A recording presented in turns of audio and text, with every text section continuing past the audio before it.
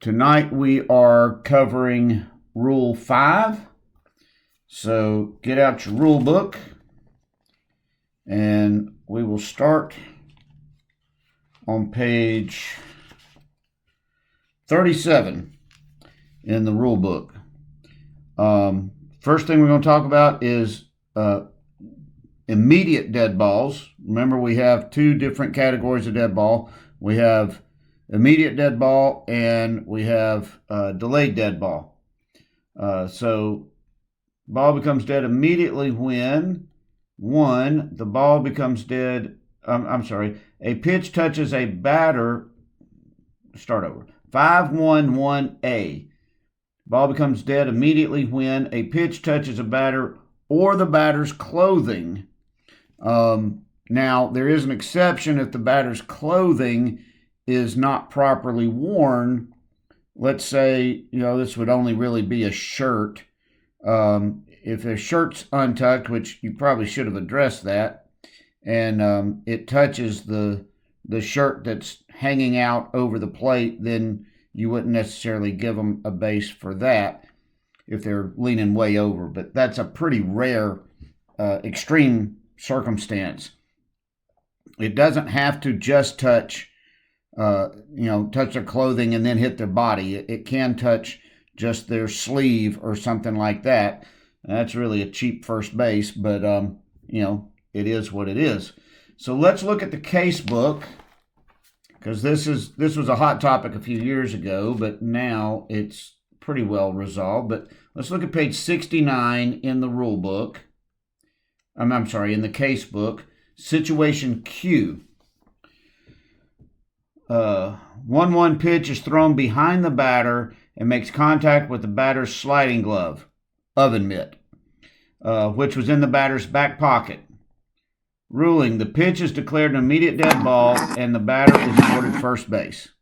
So, the batter's person is defined to be his body as well as his hat, helmet, uniform, shoes, protective gear, etc., worn correctly and normally. Remember what I was talking about, the untucked shirt. Preventative officiating, asking the batter to tuck the sliding glove fully into the pocket. They don't fit.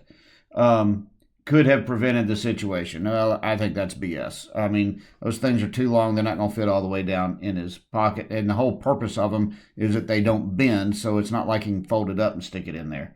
That would work for batting gloves, but an oven mitt, you can't fit it all the way in your back pocket, nor can you fold it up. So anyway, the question about what about the oven mitt, there it is. It's established.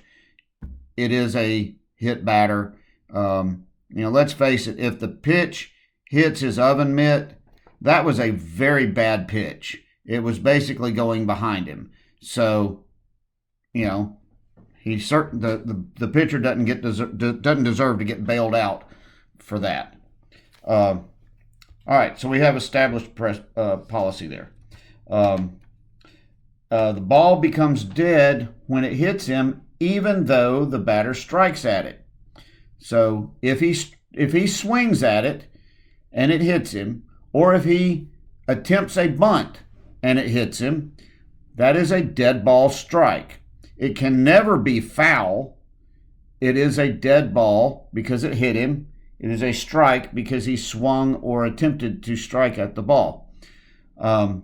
Never call that foul. I don't care if the ball goes off of him, rolls in foul territory, or if it rolls off of him and goes into fair territory. Because if he does that with two strikes, he just struck out. It's a dead ball strike, but the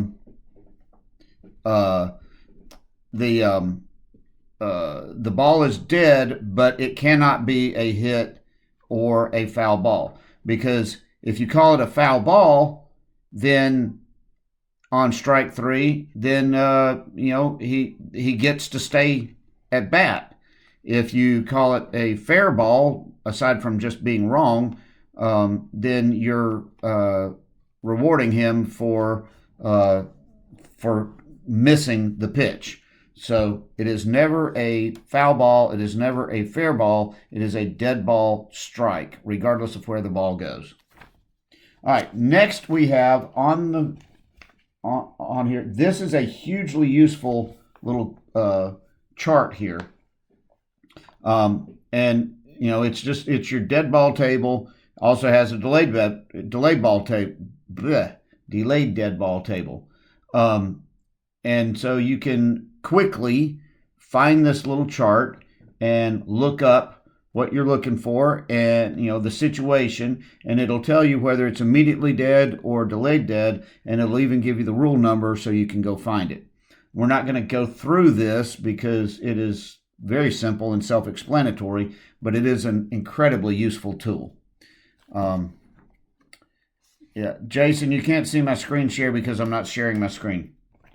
No PowerPoint tonight. All right, so page 40, Rule 5.1b, the ball is illegally batted. So the ball is immediately dead if it's illegally batted. What do we mean by illegally batted?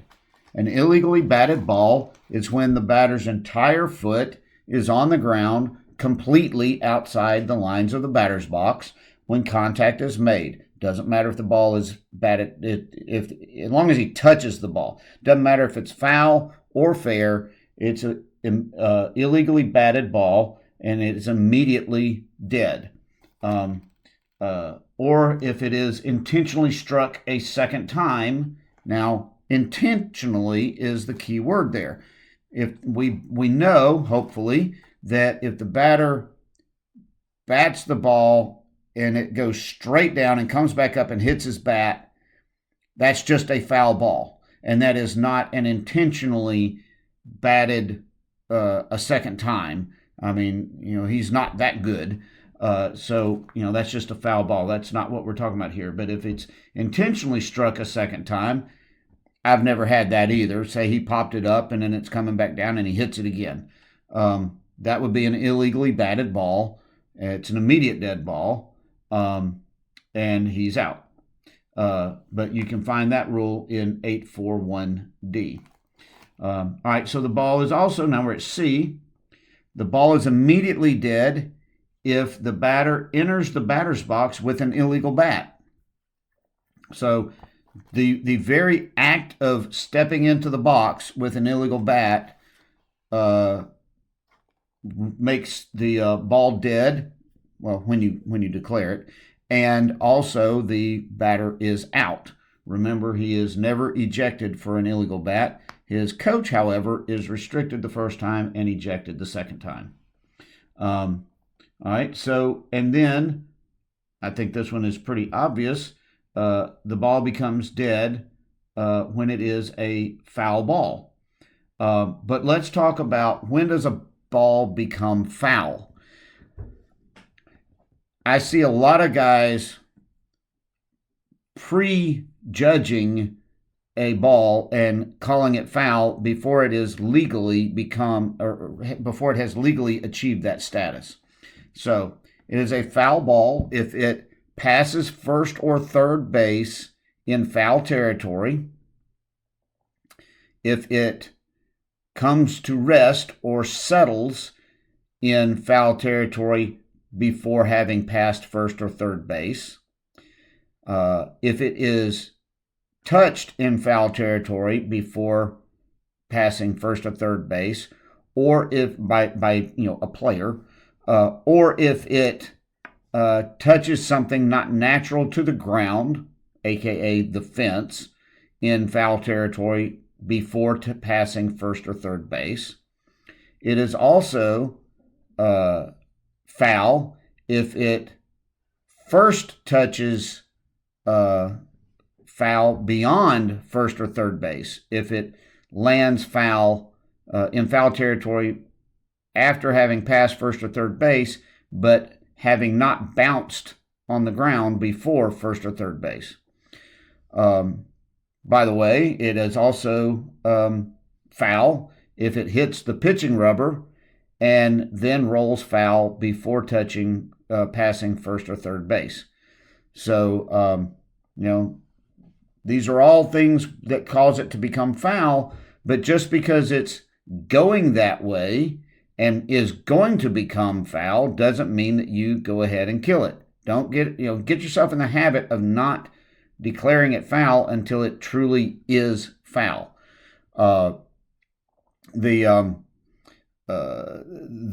reality is that it could hit a rock, it could have some weird spin on it, and come back fair. Doesn't happen often, but I've actually got a couple videos. I'm not showing them tonight, but a couple videos of balls that has happened.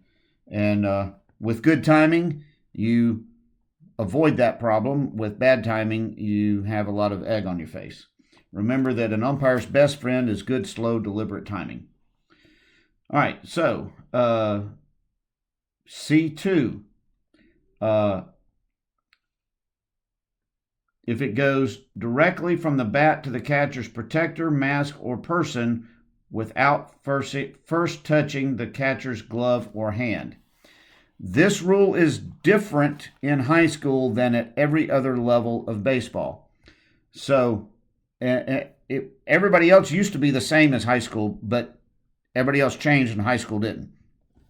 So a foul tip is a pitch that goes sharp and direct from the bat to the catcher's hand or mitt and is legally caught. It doesn't have to be caught immediately. It can come off the hand or glove, bounce up in the air, bounce off the chest protector even, bounce off the helmet, and then be caught by the catcher. But it has to first go sharp and direct from the bat to the hand or mitt.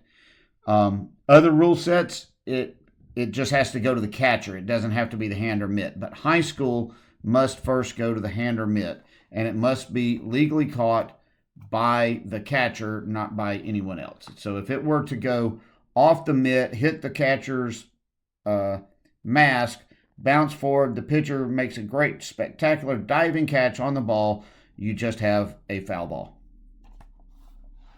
All right.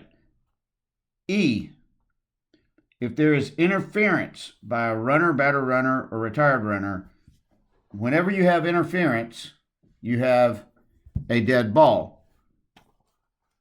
When you have an immediate dead ball, though, it is when it's by a runner, batter runner, or retired runner, the batter, or by anyone else. So the only time you're going to have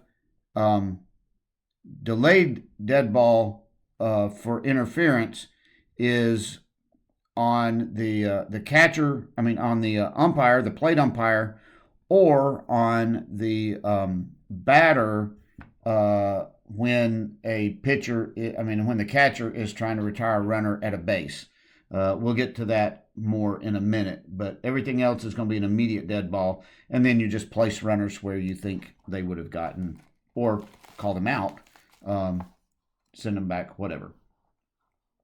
All right. So, speaking of umpire interference, it is an immediate dead ball if the if a batted ball touches a runner or an umpire before touching any fielder or before passing any fielder other than the pitcher. So, the pitcher only applies to this if he's touched by the ball.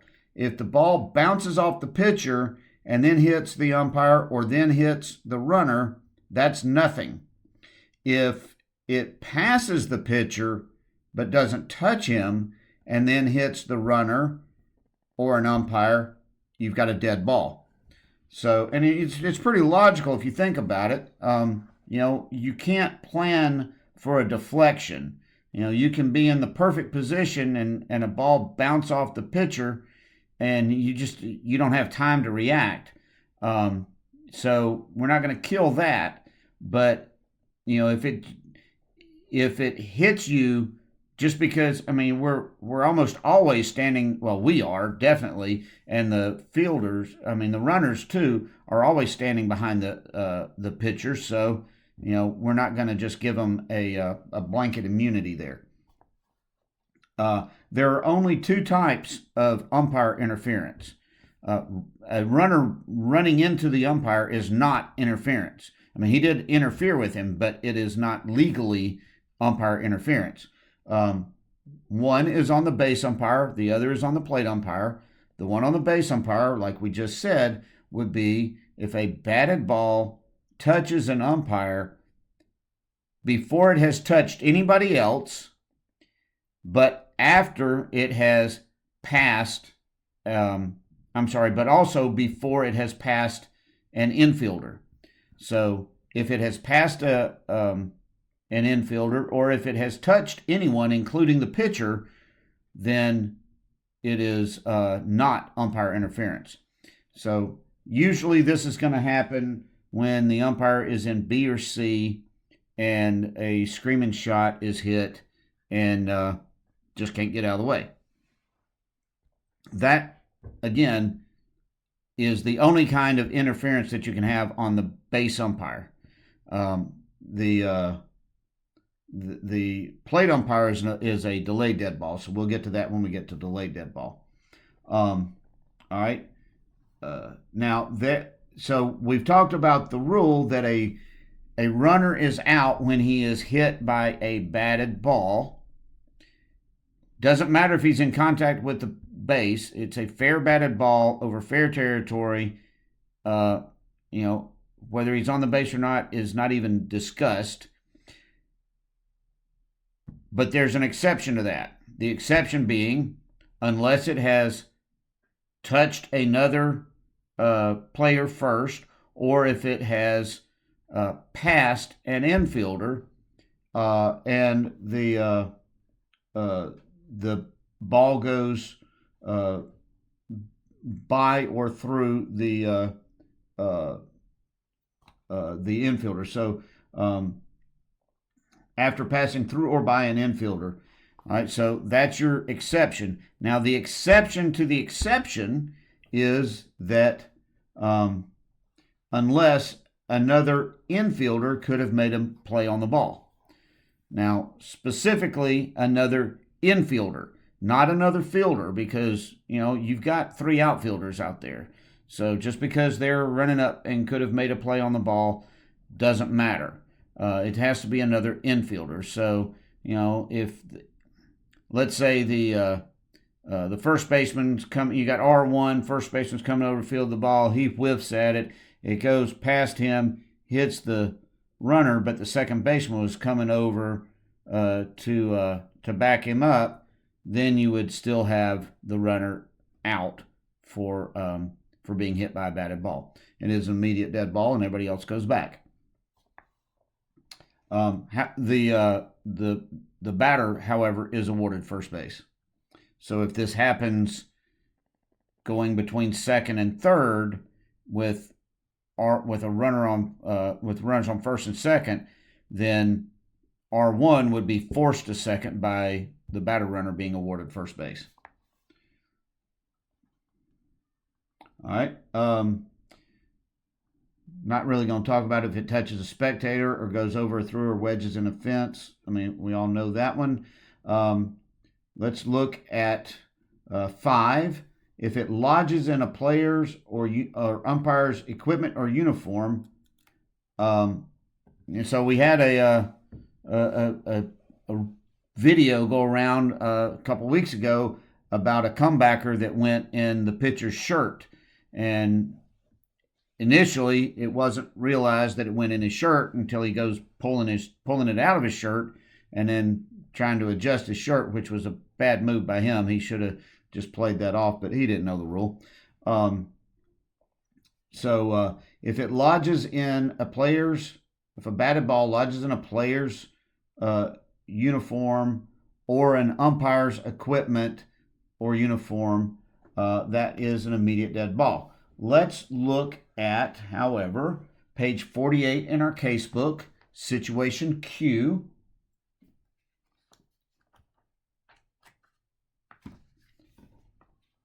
With a runner on first base on a bounding ball, F6 lays out and catches the ball in the glove. After several attempts to remove the ball from the glove, F6 is finally successful after the batter runner acquires first base. Ruling: There is no base awarded. The play stands. The ball was temporarily stuck, not lodged in F6 glove. There's another case play, and I don't think I found it, so I'll just tell you about it.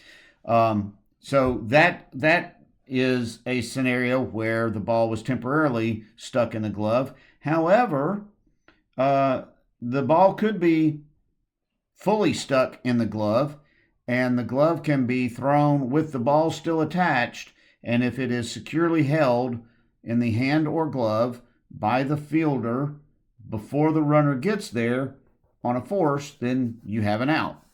Presumably, if it was not a force, he could tag him with it, but never heard that happening. So, bottom line is, a ball getting stuck in a glove is not considered to be lodged. You can get it out, or you can take the glove off and throw the glove with the ball in it and still get the out, because it is not considered lodged. All right. Now we're talking about a pitch or other thrown ball.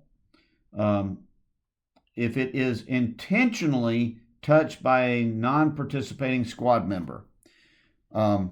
So intentionally, that means that they doesn't mean that they were trying to interfere. It means that they intentionally touched the ball.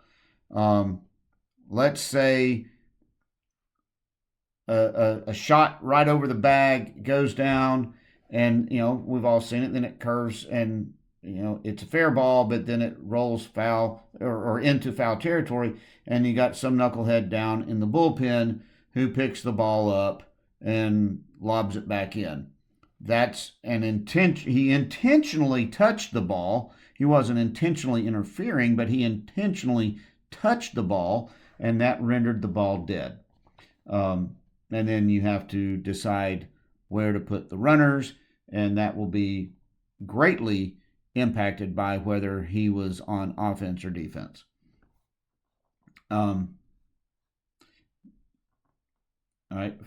4, if it lodges in an umpire's, catcher's, or offensive player's equipment or uniform, that is also an immediate dead ball. Again, it lodged in the went in your ball bag, went in your shirt pocket, or gets lodged up under the chest protector of the catcher, or goes in the batter's shirt. I guess he'd have to be a lefty. No, it'd be righty. Anyway, so that would be an immediate dead ball. Here's another one that you have to understand. The ball becomes dead immediately when an umpire handles a live ball. So, if the catcher asks you for a new baseball, and he turns around, he looks at it, and he hands it to you, and asks you for a new baseball, and you don't call time, and then you turn back around, or the catcher turns around, and the runner from first is taken off and stealing. When you touch that ball, the ball became dead. Now, you're going to have to practice your people skills with the offensive coach, but you've got to send that runner back because you handled a live ball. No, you didn't call time, but you handled a live ball, and that killed it. It is always best practice to call time before you handle the live ball. But just know that if you screw up and don't call time, that your act of handling the ball killed it. All right. The other part of H is if you give the do not pitch signal, which is, stop in the name of love. Anyway, just holding your hand up to the pitcher. That is a low-key way of calling time. when you've got your hand up, even though you didn't call time, when your hand is up, no outs can be recorded, no pitch can be thrown, no bases can be run. It's the same. I mean, it kills it. It's the same. The only thing is you don't yell time and then play. You know, it's just it's kind of a low key way to hold him up, and then when you drop your hand, the ball's live again. But it does have the same effect as calling time. So when you've got that hand up, just know that you have killed the ball. Now, there's a third part to H. If you inadvertently call something foul, which you have terrible timing if you do this. If you inadvertently call foul and the ball touches the ground, then it is foul and you cannot resuscitate it. However, if you inadvertently call foul, you've got really bad timing, and you did not practice the first thing that we talked about of not calling a ball foul until it actually is foul. But if you call foul and then it is caught before touching the ground, it is still an out. So deal with that as you see fit. Just please don't let it happen. Let's look at page 46, situation C. On a 1-1 pitch, B1 hits a line drive down the left field line that goes out of play. The ball clearly kicked up chalk when it landed. The plate umpire, inadvertently blocked by F5, mistakenly ruled a foul ball. The offensive team requests that the plate umpire ask for help. The ruling is, even though this was a fair ball, because the umpire inadvertently called it foul and it touched the ground, the ball is dead, and B1 will return to the plate with a count of 1-2.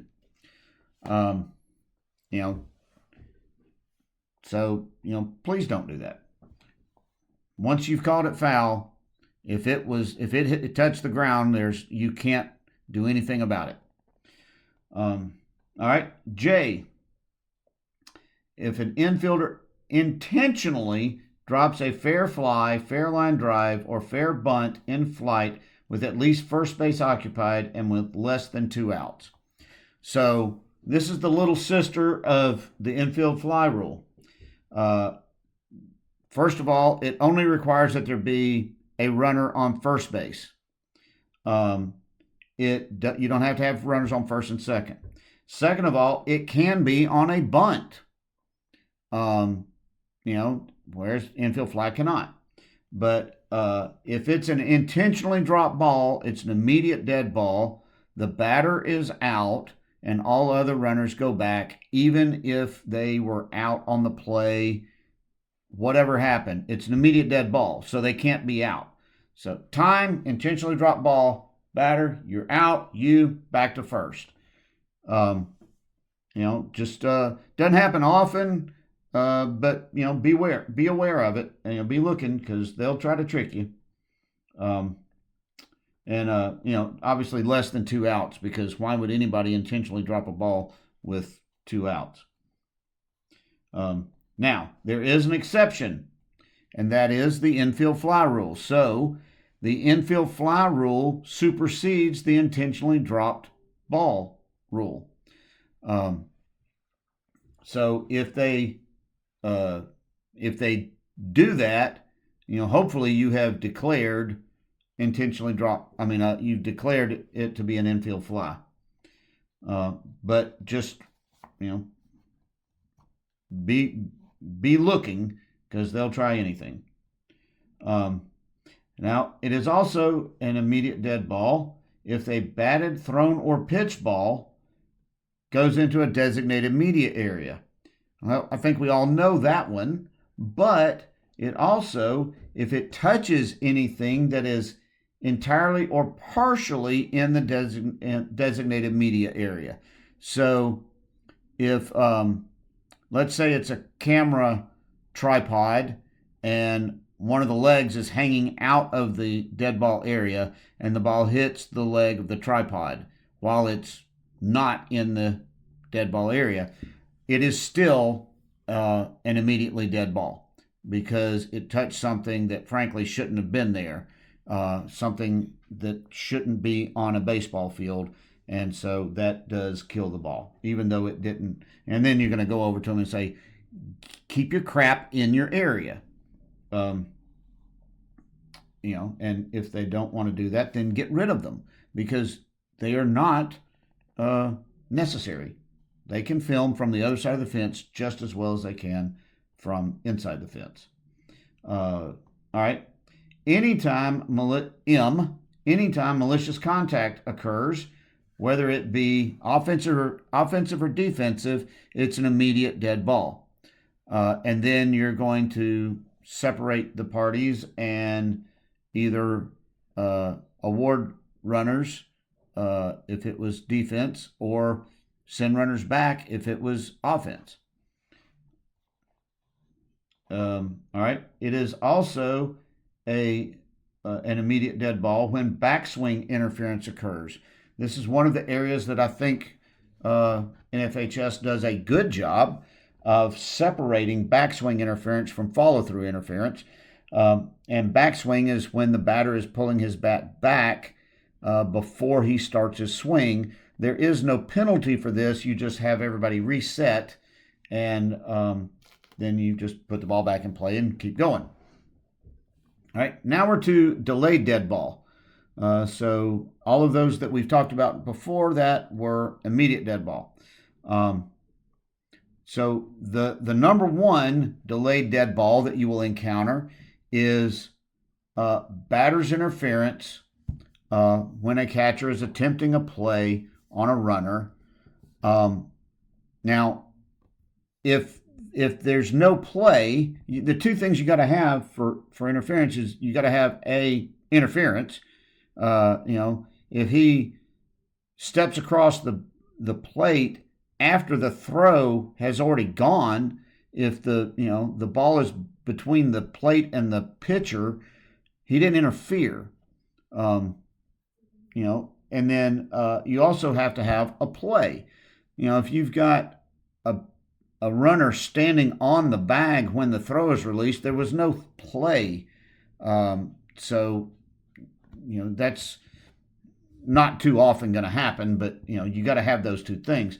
But here's the key for batter's interference is the initial throw has to fail to retire the runner. That's why it's delayed. You're waiting to see if the initial throw retires the runner. If it does, then the assumption is there was no interference because he was still able to retire the runner. If it does not, and again, it's the initial throw. So let's say you're playing on turf and the runner slides in, the initial throw doesn't get him. And say it's a double steal, you've got runners on first and third, delayed steal by R3. We've got batter's interference. The initial throw gets there late and on R1, and stupid catcher, but anyway, gets there late on R1 and he tags him after he's on the base, but the runner overslides the bag and is then tagged out. All right, so did the initial throw retire him? No, it did not. So you've got to come up and but they tag him out, so they got him out anyway. Well, you might be thinking, well, so what's the big deal? Well, they got the out. Well, the big deal is that because interference is a dead ball and nobody can score on interference, by ruling on the interference, that runner who just scored from third has to go back. And so does the runner from first, and the batter is going to be out unless there's two outs. But I don't know why you'd be running this play with two outs. So you've got to wait until you see the result of the initial throw. But it's only the initial throw. Anything that happens after that, if that initial throw does not retire the runner, you enforce the penalty for interference. All right. If a catcher or any fielder obstructs a batter or runner or obstructs the ball through use of detached player equipment, that's some awkward wording there, but detached equipment is also a delayed dead ball, because if the let's say it's on a batted ball and the fielder throws his glove at it and touches the ball, but the ball keeps rolling, that runner is entitled to try to advance beyond his award if he so chooses. Now, everybody on base is going to score on the award for detached equipment on a batted ball because it's a 3-base award, but the batter runner gets to try for an inside the park home run if he wants. So you have to wait and see what the result of the play is. And, at the end of playing action, then you're going to give your award and send everybody home, except for the batter runner. You'll send him to third if he didn't, already get there or score. But regardless, you're still going to call it. All right. C, umpire interferes with the catcher who is attempting to throw. This is the other type of umpire interference. It's only on the plate umpire, and it's only when he's attempting to throw. So it's a delayed dead ball, and you're waiting to see again, did the initial throw retire the runner? If it did, hallelujah, I'm off the hook. If it did not, time. It's the worst call in baseball. Umpire interference. Yep, this guy. And we're not going to penalize anybody because it was our fault. So no runners can advance, but also no runners can be called out because of our actions. So we're going to send all runners back to where they got to. Now, I've had this in a game, and the coach, of course, the ball was sailed into left field. Runner was stealing third. And coach is, I'm sending that runner back to second, and the coach is irate, saying, you cost us a run. And I had to remind him, hey, or maybe I saved you an out, because that throw wouldn't have been that bad if he hadn't hit my mask. So, don't let them try to tell you that you're taking a run away or that you're screwing them. No, I might have just saved you. You should be thanking me. Anyway, but if he's not attempting to throw, it's nothing. If he just rears back and bumps you as he's trying to throw it back to the pitcher and the throw goes to the pitcher, that's nothing. We're not doing anything about that other than apologizing and trying to give him a little more room next time. All right. D, any person connected with the offensive team calls time or uses any other command or commits any act for the purpose of trying to cause the opposing pitcher to balk. All right. So why is this a delayed dead ball? Because if he doesn't balk and he strikes the guy out, we don't want to reward them for that. We're going to wait and see the result of the play. And then if he throws a ball in the dirt, if he throws anything but a strike, we're going to nullify that. We're going to call time. We're going to nullify that pitch, and we're going to eject whoever did it. We're not going to restrict him. We're not going to warn him. We're going to eject him. This is an overt act. Remember, it says for the purpose of trying to cause the opposing pitcher to balk. Most of them are a little craftier than making it really obvious, so you may just have to say, hey, I don't want to hear that anymore. If you're going to eject him, you need to be able to put in your report, some convincing evidence that, you had intent there. All right. E, Anyone who's required to wear a batting helmet deliberately removes the helmet while the ball is in live ball territory and the ball is live. So we got three things here.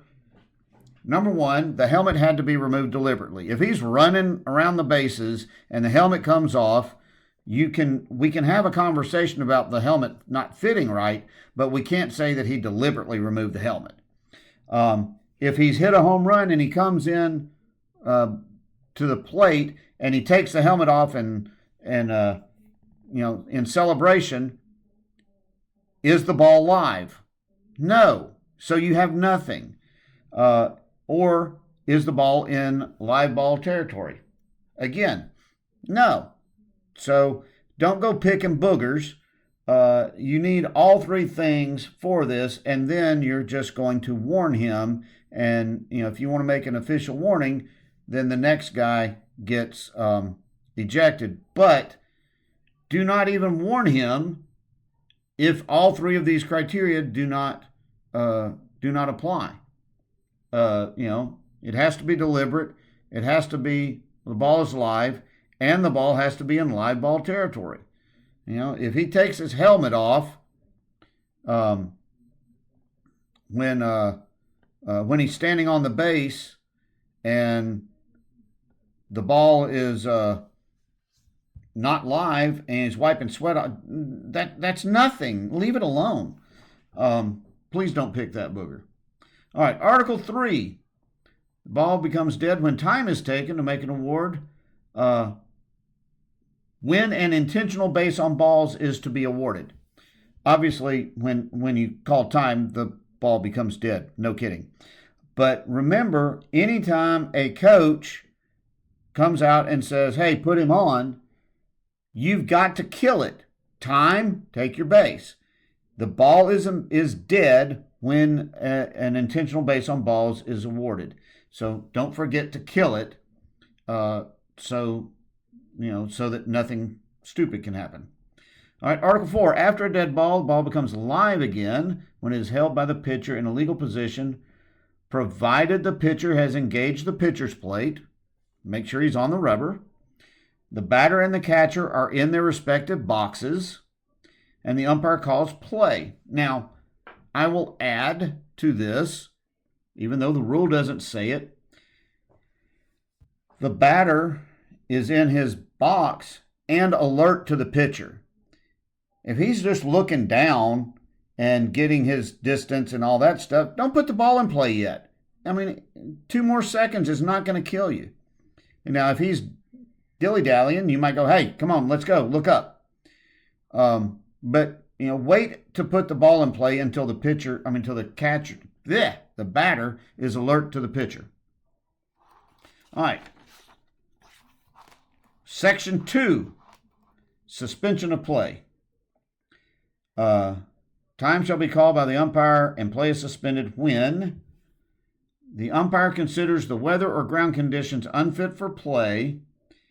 After 30 minutes, you may declare the game ended. So when you have a rain delay, when you have lightning delay, any of that, you have to give them 30 minutes before you can declare the game ended. That doesn't mean they have to stick around. I mean, we've all had those games where the rain just starts and we know immediately this one ain't starting back up. If the teams pack up and head out and start leaving, you ain't got to stick around. If they're like, yeah, this field, you look out there and the field's a lake after 10 minutes, everybody knows it's done. The teams are going to be packing up. But you can't have 2 teams there wanting to play and kill it before a minimum of 30 minutes. Minimum 30 minutes. But you also ain't got to sit there, the only one there at the ball field.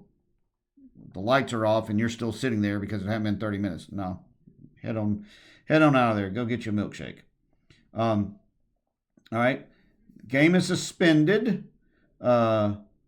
when a player or bench personnel is ordered from the grounds or a player is ordered to secure protective equipment. I will add, or while game administration is removing a spectator. We're going to suspend the game. We're going to send everybody to their dugout. Get the game administrator over there. That guy's got to leave, and until he does, this game is not going to resume. And then you wait. Now, we're not going to tell them they have to kick him out, but because we don't have authority to do that. What we do have authority over is the game, and we can say, we're not starting this game back as long as he's here. And if it's a time game, you just sit there until till time expires, and then you declare it a suspended game. If the fan is from the team that is winning, I declare it a suspended game. If the fan is from the team that is losing, I declare ball game. And let the time expire and say, ball game. Now, in Alabama, we have time limits for sub-varsity games. Hopefully you do too, because, oh, good gosh. We do not have that for varsity games, sadly. But, obviously time limit doesn't affect those. But, the game, for the purpose of what we're discussing today, the game is suspended when a game administrator is removing someone. If an umpire or player is incapacitated. Now, here's a big thing, and this is big. I saw it today on something on social media. If an injury occurs during a live ball, time shall not be called until no further advance or put out is possible. Keep the ball live. Just because a kid got hurt, you keep the ball live. However, if there is a medical emergency or if in the umpire's judgment further play could jeopardize the injured player's safety, time should be called. And if you do call time, then you're going to make whatever awards you think would have happened. So here's an example of why you might kill it. You've got a collision at the plate, and both the catcher and the runner are laying there in a pile on the plate. And here comes the following runner coming in trying to score. He's got to try to get to the plate, and these guys are hurt and rolling around on it. That's when you would kill that. You would award that runner to score, and then you would award whatever other runners you think they would have gotten had you not killed it. But, that's going to be pretty rare. Just know that you need to keep the ball live until the playing action ends. Also know that if it happens in the outfield or, in the middle of the infield, you may very well have a coach take off and start heading out there. Please do not penalize the coach for that. Recognize that he's out there for a concern for humanity, and you will kill it because you've now got a coach on the field, and then you'll make your awards accordingly, whatever needs to be done. But, never fault a coach for being concerned for the health and safety and welfare of his players.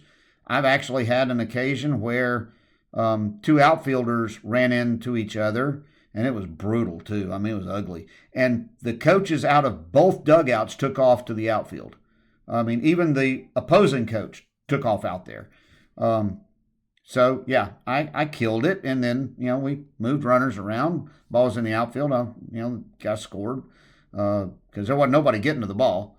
But you don't let that impact the game. You've still got to officiate the game, and then worry about, we got other people to worry about the players. So keep it alive unless it's going to, unless somebody else causes something to happen to kill it, or if further injury could occur because of keeping it alive. All right, Article 2. So we're at 5.2.2. When the ball becomes dead, no action by the defense can cause a player to be put out, except that in high school baseball, we have this nifty little thing called a dead ball appeal, which is why I have no idea why any coach ever does anything except dead ball appeals. he should always ask for time and then tell you what he wants to appeal. Totally removes any chance of a ball being thrown away, an error being made, etc., etc. All right. 2B, a runner may return to a base the runner left too soon on a caught fly ball or that was not touched during a live ball. So let me restate that. When the ball becomes dead, a runner may return to a base he left too soon on a caught fly ball or that he missed, during the live ball, except a runner who is on or beyond a succeeding base when the ball became dead or advances and touches a succeeding base after the ball became dead, he may not legally return and shall be called out upon proper and successful appeal. So, a couple things to unpack here. First, we all know that a ball going out of play is when it's from an outfielder or the second or succeeding play by an infielder, it is 2 bases from the time from time of the throw, which is when the ball left the fielder's hand. We know that if it's the first play by an infielder, it's from the time of the pitch. We know that it never matters where the runner was when the ball went out of play, except it does for this. This is the only time that it matters where the runners are when the ball becomes dead, when the ball leaves the playing area. So if they are on a succeeding base, let's say he left early, and he is on second or beyond second when the throw comes in and it goes into the dugout.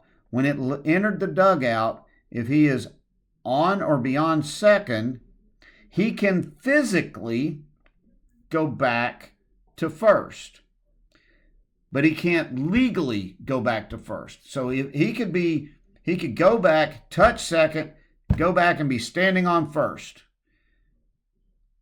The other coach can do a dead ball appeal, or he could be stupid and put the ball live and step off and throw over there. But he can appeal him leaving early, and he is out because he didn't legally get back to first base. He lost his opportunity to go back and retouch by the fact that he was on or beyond a succeeding base when the ball became dead. So hope that made sense to everybody. If not, I'll try to explain it more clearly because we are almost done.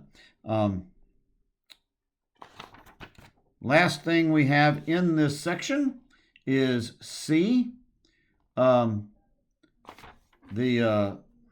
the ball becomes dead, any runner may advance when awarded a base for an act which occurred before the ball became dead, provided any bases are retouched and all bases are touched in the proper order. So a dead ball does not relieve an award, and also an award does not relieve the runner of his obligation to run the bases legally. So he can't just, let's say we had detached equipment, since we talked about that earlier, and the batter runner is standing at first base, and like 3 bases, and he just stops there, and he goes, oh, okay. So let's say the second baseman throws his glove at the ball, and it hits it, and it stays right there. So the batter runner stops at first base. And we go, that's detached equipment, 3 bases, you, third base. So he goes, okay, and cuts straight across the mound, going to third. And he's standing on third. And then the defense appeals him missing second base. He's out. Even though the ball is dead, even though he was awarded third, he is still required to legally, to fulfill all of his base running duties, one of which is to touch all bases in their proper order. So, all right, that is Rule 5. We have completed Rule 5. Anybody have any questions? And I don't know if all of the questions put in the chat have been answered, but if not, feel free to unmute yourself. We've got about 4 minutes here. If anybody has any questions, I will be happy to answer them. Otherwise, we'll be done for the evening. I got one question. All right. So you got a play at first base, right? And nobody on, let's just say nobody out. And throw takes first baseman up the line towards home, and he steps, basically straight down the line, and there's a collision. Well, I'll just cut it short. So I was basically watching the ball. The ball went flying to the fence. Well, I'm trying to like basically judge the entire play. I turn around and the runner's taking off to second base. So I'm obviously out of position there. So just kind of, how do I prevent that whenever, you get a collision at first base? It's just like a lot going on, it seems like. Yeah. All right. Well, a couple things. First, are you the plate or the base umpire? I was the base umpire. Okay. And were you watching the ball after he missed it, or were you watching the ball in flight to the first baseman? I was watching it in flight, and when he lets go of the ball, I snapped my neck straight to the first baseman, essentially. Okay. So that was one of the things I was going to is you shouldn't be following the ball in flight, Okay. or it's going to blow up on you. Your eyes are still bouncing around. So snap your eyes to the base, not to the first baseman. You should get your eyes to his foot on the base. Now, when it's a really bad throw like that, you may then get your eyes up because he's, you're trying to see does he catch the ball, etc. So it sounds like the first baseman never had the ball, and Yeah. and you had a collision, so you've got obstruction. First of all, Right. Okay. so that's your first thing to do is call the obstruction. Your next thing to do is to find the runner.